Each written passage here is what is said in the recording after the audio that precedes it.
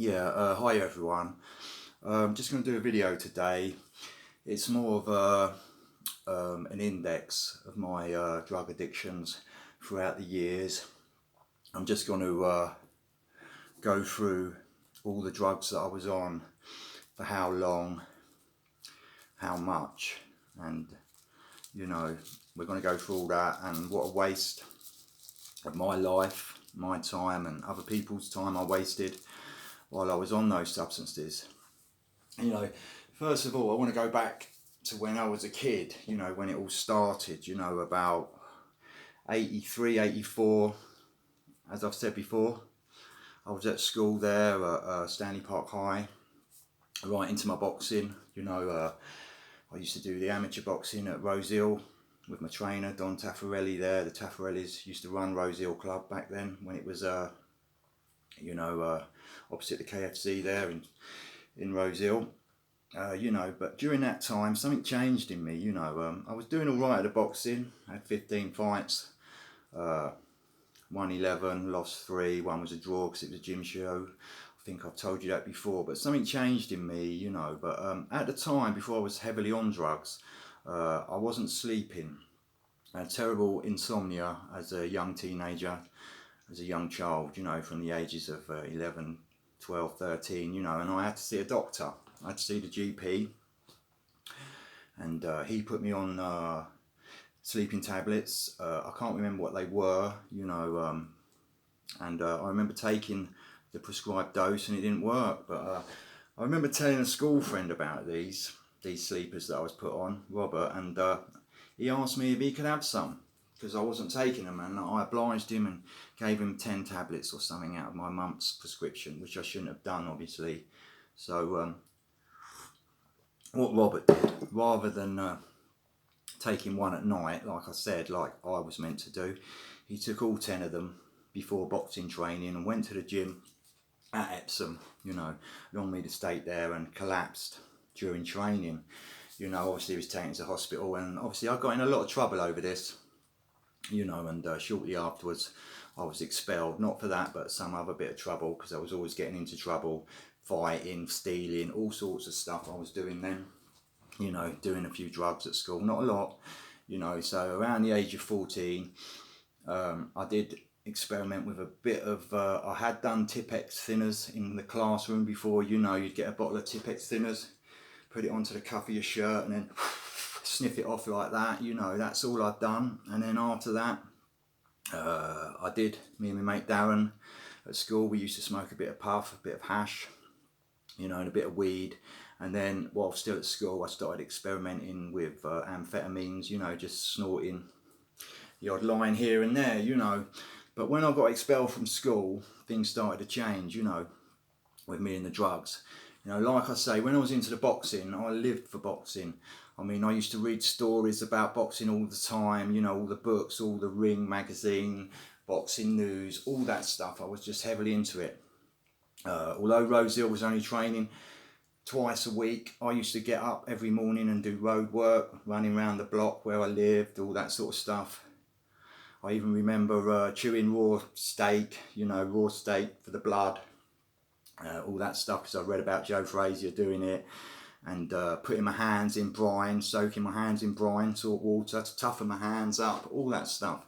Watching the fights, I was just into it 24/7, But like I say, when I got expelled from school and started experimenting with other stuff, like I've said before, around Sutton I did do glue sniffing a few times, but from that I started meeting other people that were a bit older than me. And then from 1985, when I was 15, I tried heroin for the first time. Like I say, up until then all I'd done was speed a few times, and I tried acid, doing the LSD. So during 1985, when I got expelled from school, during that summer, I was doing lots of hallucinogenics and lots of amphetamines, Like I said, I tried heroin once, but like I say, heroin's not a drug like crack. It's not instantly addictive. You don't want more straight away, especially if it's good. So the first time I tried it, I smoked it, and the second time, third time I injected it. And this dabbling with heroin had gone on for about, it went on for about 3 years. But during that 3 years, from 1985 to 1988, 89, it was mainly for me, it was all about taking amphetamines, staying up all night, getting into music, going to parties, all that sort of stuff, taking LSD a lot, I must have done about tripping on LSD, I've probably done, multiple times, probably about 100 separate occasions I tripped out on LSD and mushrooms, I was right into the tripping. And what I noticed when I was doing acid, the first few times, well, the first quite a lot of times, it was really good, and then I started having a few bad trips, and my mental health started to change as well. What with using amphetamines solidly for 3 years, what I used to do, I started using the heroin a lot more. Basically I was using it to come down from all the tripping that I was doing, and to sort of straighten my head out, and then eventually that became addictive, so let's get that straight. So for the first 3 years of my drug use was mainly, daily use of doing amphetamines as much as I could do, LSD, mushrooms, you name it. If it was a good drug, I was taking it, heroin, But like I've said before, after 3 years of using heroin, I think by 88, by the time I was 18, I was addicted, addicted. So, and what I have left out, during that time I was also doing benzodiazepines, Initially, like I said, I was prescribed these benzos by the doctor, and this started a pattern of me getting prescribed prescription medications my whole life. So, I mean, let's put this into context. I was using benzos from the doctor from 1985 and using them illicitly as well, diazepam, temazepam. Even at one time I was getting injectable Valium ampules off the doctor, all this stuff, as well as Dexedrine I was getting off a private doctor as well, and Viceptone, which is methadone ampules, 50 milligram ampules at a time, which were injectable, so yeah, it was a lot of drug use. But basically, I don't want to get you all mixed up here. So basically, from the heroin that I was using, bloody hell, 7-8 minutes in already. See, these videos do take a long time to upload. The last video I uploaded was only 4 minutes long.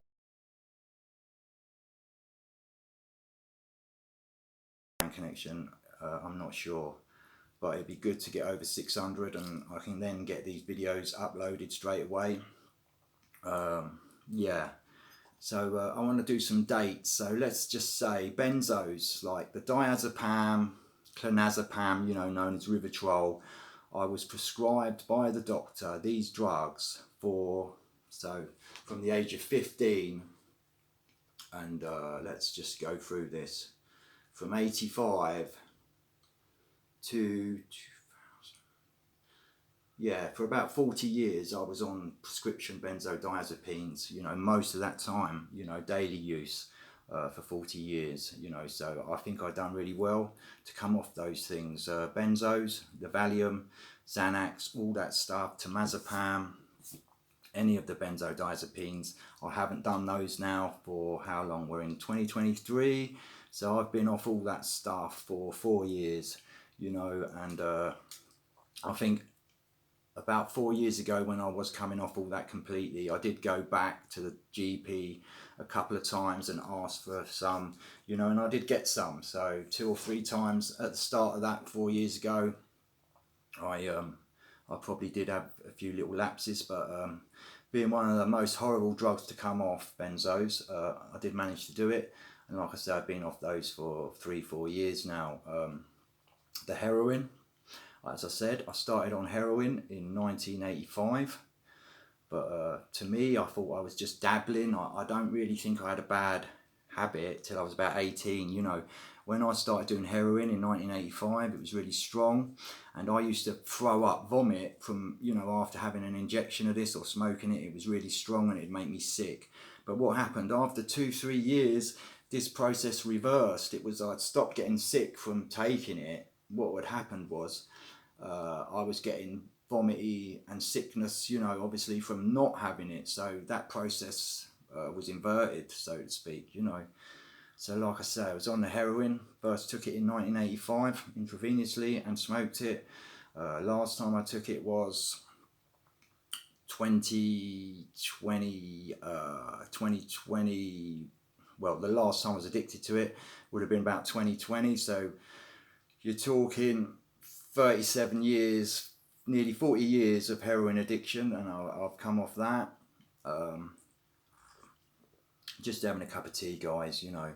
That's how I like to start my day, a cup of tea and a roll up. That's another thing I've been trying to stop is nicotine, but I first started smoking when I was about 8 because I had an older brother. My dad smoked, so as you know, you like to copy stuff, and I did stop it. You know, I didn't really get into smoking. I tried it when I was 8 and then started cigarettes again when I left school, about 14, you know, and been smoking ever since. I am trying to cut down on that. That's, you know, one of the challenges I've still got to overcome. So where was we? Yeah, 40 years on benzos, you know, 40 years on the Valium, I mean, or whatever, and those associated tablets. 40 years on heroin and amphetamines, yeah. Now me with the amphetamines, it was mainly, I used to do them from the age of 14 till I was around 20, about 6 years. But you know, by the end of that, by the time I was 18, 17, 18, I was doing it intravenously every day, sometimes, you know, 3.5 grams, sometimes 7 grams a day I do when my tolerance got really bad. You know, I know it seems like a lot, but like all drugs, when you first start taking them, you know, you get that rush and they feel really good and you get a real good high, but you're always trying to replicate that effect. But as you well know, that doesn't happen. You never get that similar effect. Sometimes when after you've left alone the stuff for a while, you know, you do get a better effect, but it's never the same as when you first start taking it. Yeah, so like the Billy Whiz, yeah, basically I was on that from the age of 15 till I was 20, you know, and then sort of cut it out. And then when I was in my 20s, I was on a private prescription, I mentioned earlier, for Phiseptone, which is methadone ampules, which were injectable, these 50ml ampules. And I used to get 4 of those a day, so that's 200 mils a day of amphetamines. And also I used to get dexedrine, these little dexedrine tablets, which is the pure speed, but they was only small milligram. I think there was 2 milligrams then, you know, and that was meant to be your speedball. You'd mix those two together, but at the time I was doing crack. I wasn't taking the dexedrine, I was selling them on to somebody else or giving them away. So where was we? Yeah, 40 years on heroin, 40 years on benzos and speed. I was on that for virtually, you know, 6-7 years. I stopped that, you know, that was a long time ago. But when I got into my early 20s, another demon came along, and that was crack cocaine, you know. And basically all through my 20s, 30s, 40s, you know, I was into crack and heroin, you know, doing it all the time, every day. Worst amount I've ever done on heroin and crack, you know. For me, you know, we've all done insane amounts of drugs, but for me, I'd judge it on what I would do as a regular basis and a daily amount. I mean, let's go back. I was on crack from in my 20s to my 50s, so you're talking 30 years virtually on crack, you know. And of course I've had breaks from all these drugs, being in prison for a few years, you know, but as soon as I'd get out, I'd start again, you know, and I would use in there. I did have some little prison habits, mainly at High Point and Downview, you know, Knife Point and Brownview. I remember in High Point in the 90s, when I came out on home leaves, I was using straight away because I'd been using in the prison, you know, and my habit in High Point was more than what a lot of people would have out on the street, you know, so not proud of that, but that's just how it was. And what have I missed out? Yeah, LSD. The hallucinogens. I started taking hallucinogenics around 1985, and over the next 4 years, I was doing, well, actually, I think it was till I was in my early 20s So I used to sell a bit of LSD, you know, so I was still probably doing it then. So I was taking hallucinogens for 5 or 6 years, you know, and hallucinogens, it's very rare that people say they take that sort of stuff every day, you know, because it's not really that type of drug, LSD. I mean, I used to take it at weekends during the week, you know, and it was a thing, you know, and I think I tripped out probably around about 100 times, you know, with LSD. I used to swallow it, you know, it'd be on a little microdot or a little acid, a little bit of blotting paper, you know. But I have actually injected LSD before, and you used to get these gelatine ones as well. I remember black pyramids, red hearts, gelatine ones, and I actually put them in the eyeball, you know, so the gelatine would dissolve and you trip out, you know. So I used hallucinogens heavily for about 6, 7 years, you know, you know, quite a bit. But like I say, that wasn't an addictive problem for me. The addictive drugs for me were mainly heroin, cocaine, and you know, amphetamines can be addictive, but like I say, it's similar to cocaine. It's very psychological, although you do get tired, you know. I remember when I was heavily into crack, sometimes you know, I had to keep some back. If I was at a friend's house and I'd walk round there, I'd have to keep some back so I could just walk home. You know, you're worn out when you're doing crack all the time. You know, you need it. It's a stimulant. In that respect, it can be very addictive, you know. And crack is one of the most addictive substances known to man.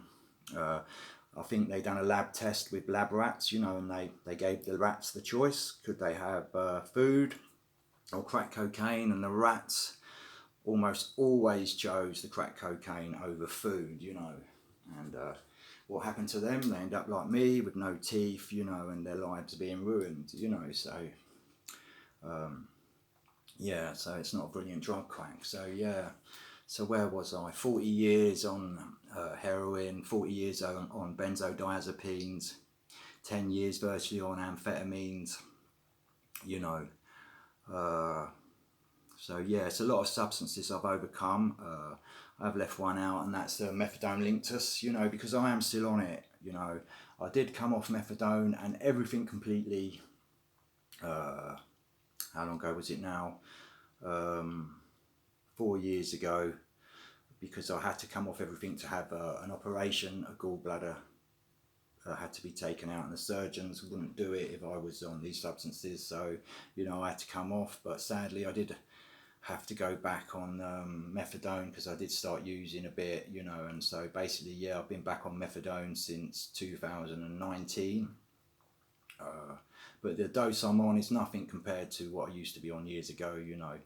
When you're thinking I was on a private doctor getting 200 milligrams a day of methadone, you know, and I was still doing more stuff, more methadone on top of that, or gear on top, you know, so it was just silly. You know, so I'd say on average, over all them years, my habit would be, you know, if you had to average it all out, it would have been about a gram a day up to a 16th a day, or between half a 16th a day and a 16th day of heroin, you know, and the same with crack. And, you know, you're talking, the benzos would be up and down, you know. I'd be on anything from 10 milligram tablets a day right up to 20, 30 a day, you know. And then you'd get those fake pills that come from India, Thailand, whatever, you know. You don't know what's in those things either, you know. That's the thing I used to find.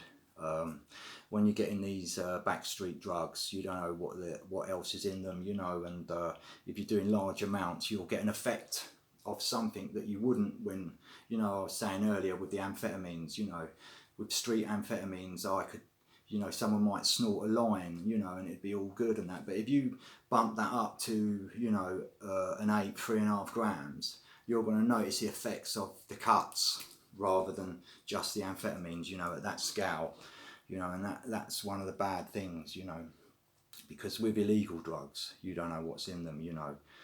You know, they cut their drugs with all sorts of stuff, rat poison, all sorts of things, bleach, you know. That's why that industry needs regulating, really. That's the only way, this war on drugs, you know, how can you have a war on a plant, really, you know, a war against something that grows naturally. So yeah, maybe it's time for a change in the world, you know, because drugs being illegal, to me, just make it part of crime. And to me, that's probably what put me into the crime world, you know, was the drugs. The fact that I remember getting caught with cannabis when I was about 20, 21, you know, just a little bit of cannabis resin. I was caught with that, and then I ended up in Belmarsh prison for about 4 months just for possession of cannabis. So, you know, that's probably where you start getting criminalised with it all, you know. So yeah, anyway, yeah, I was just doing this today just to get it straight with the sort of drugs, how long I've been on all the stuff and how long I've been off it. You know, I could probably go into this a lot more, but you know, these videos, oh, wow, 20 minutes in, guys, and yeah, like I say, these videos are taking a long time to upload, and I like to, you know, watch it back once it's uploaded and that. But anyway, guys, I just want to say hi to everyone. Hope you're all good. That's just a bit of backstory, and I know I haven't been uploading a lot recently. You know, I've had some problems with my teeth, my false teeth. My dentures are broke at the bottom, because that's another side effect and a bad thing. You know, it's all good if you got money, but a lot of us, you know, we spend all our money, all our lives on drugs, and when all our teeth, our health starts failing and our teeth start coming out, which is from the dehydration when you're on the drugs, you know, and when all that starts failing, you know, we haven't got the £10,000 to go and get our teeth sorted out and all that sort of thing, you know. So, and I know someone said to me, well, if you weren't ponting off the state and getting benefits from when you were born, so I don't know how they worked that out from when I was born, because my family are definitely not ponces, you know. So, but yeah, possibly I am a burden, you know, to the NHS and that. But I can't remember the last time I saw a doctor as a GP, you know. So I don't think I'm more of a burden than anyone else. If they mean by me getting treatment on the cancer pathway, which I was last year, I'm not on the cancer pathway at the moment.